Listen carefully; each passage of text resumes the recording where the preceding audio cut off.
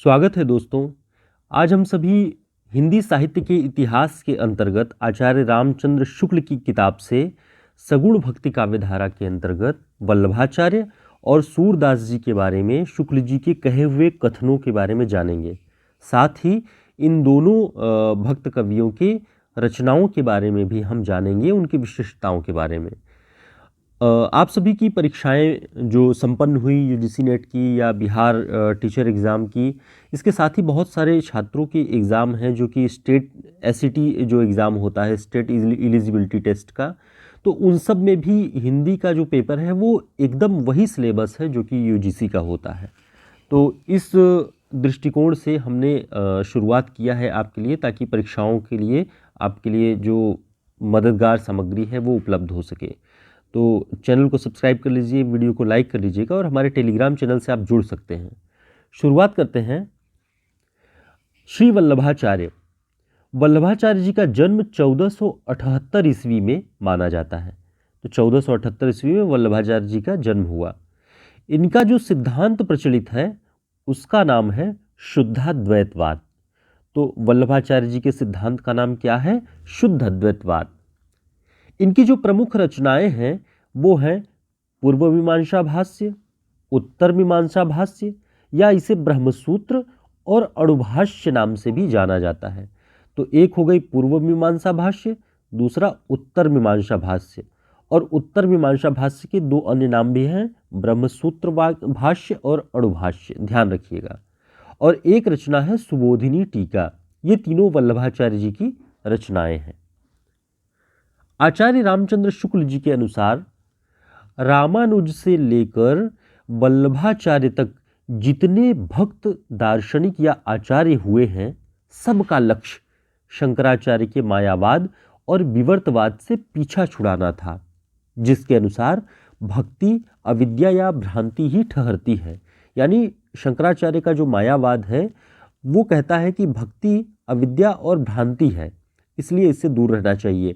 लेकिन वल्लभाचार्य जी, रामानुज से लेकर वल्लभाचार्य तक जो आचार्य हुए, उन्होंने शंकराचार्य के इस मायावाद का विरोध किया और भक्ति को स्थापित करने का प्रयास किया।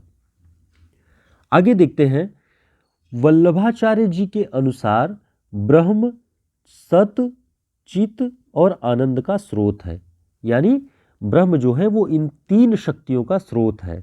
लेकिन जो जीव है, जीव के भीतर सत और चित तो होते हैं, किंतु आनंद का तिरोभाव होता है, आनंद कहीं दबा हुआ होता है।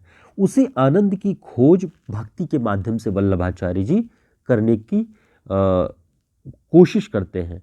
आगे है कि वल्लभाचार्य जी के मतानुसार श्री कृष्ण ही एक परम ब्रह्म हैं, जो दिव्य गुणों से संपन्न होकर पुरुषोत्तम कहलाते हैं।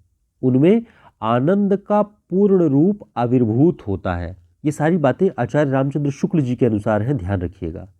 वे वल्लभाचार्य जी मानते हैं कि श्री कृष्ण में आनंद का पूर्ण रूप आविर्भूत होता है, इसलिए उसकी भक्ति आवश्यक है ताकि आनंद की प्राप्ति हो सके।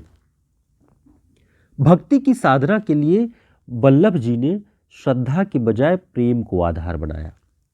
श्रद्धा के बजाय प्रेम को आधार बनाते हैं भक्ति की साधना के लिए वल्लभाचार्य। आगे है, प्रेम साधना में वल्लभ जी ने लोक मर्यादा और वेद मर्यादा को बाधक माना है। वो कहते हैं कि अगर आप प्रेम साधना में लगे हैं तो लोक की जो मर्यादा है और वेद की मर्यादा है वो बाधक होगी, प्रेम की प्राप्ति नहीं होने देगी।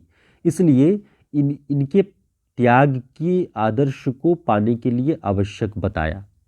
वल्लभाचार्य जी ने कहा कि लोक मर्यादा और वेद मर्यादा दोनों बाधक है, इन्हें त्याग देना चाहिए, तभी प्रेम साधना का मार्ग आगे बढ़ सकता है। तो ये वल्लभाचार्य जी की भक्ति के बारे में, उनकी रचनाओं के बारे में हम देख रहे थे। आगे अगले कवि हैं महाकवि सूरदास। सगुण भक्ति धारा के एक बड़े कवियों में है महाकवि सूरदास। इनकी तीन प्रमुख रचनाएं हैं, सूरसागर, सूरसारावली, साहित्य लहरी। ठीक, तो देखते हैं हम सूरसागर के बाद है सूरसारावली। सूरसारावली में सूरदास जी ने अपनी जो उम्र है, अवस्था 67 वर्ष बताई है। तो ऐसा प्रश्न पूछ सकता है कि किस ग्रंथ में सूरदास जी ने अपनी अवस्था 67 वर्ष बताई है, तो सूर सारावली में।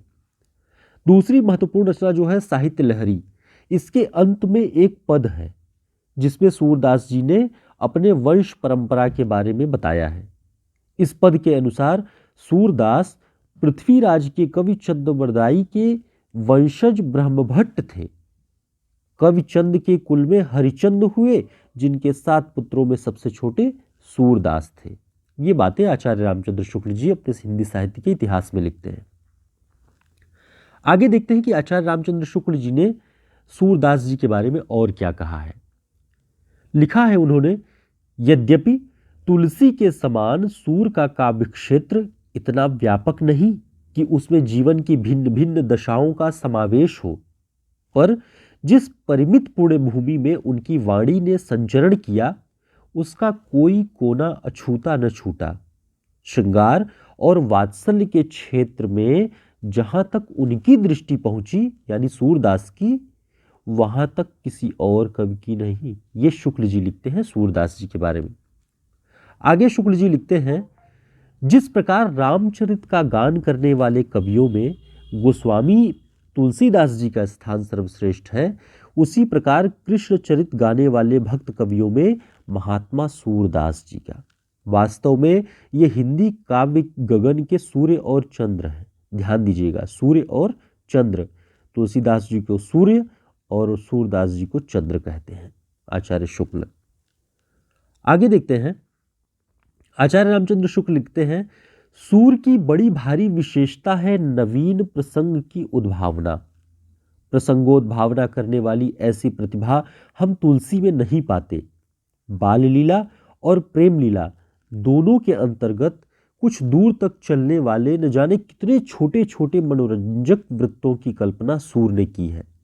ये ऐसे कथन हैं सूरदास जी के बारे में आचार्य रामचंद्र शुक्ल के, जो कि परीक्षाओं में बार बार पूछे जाते हैं।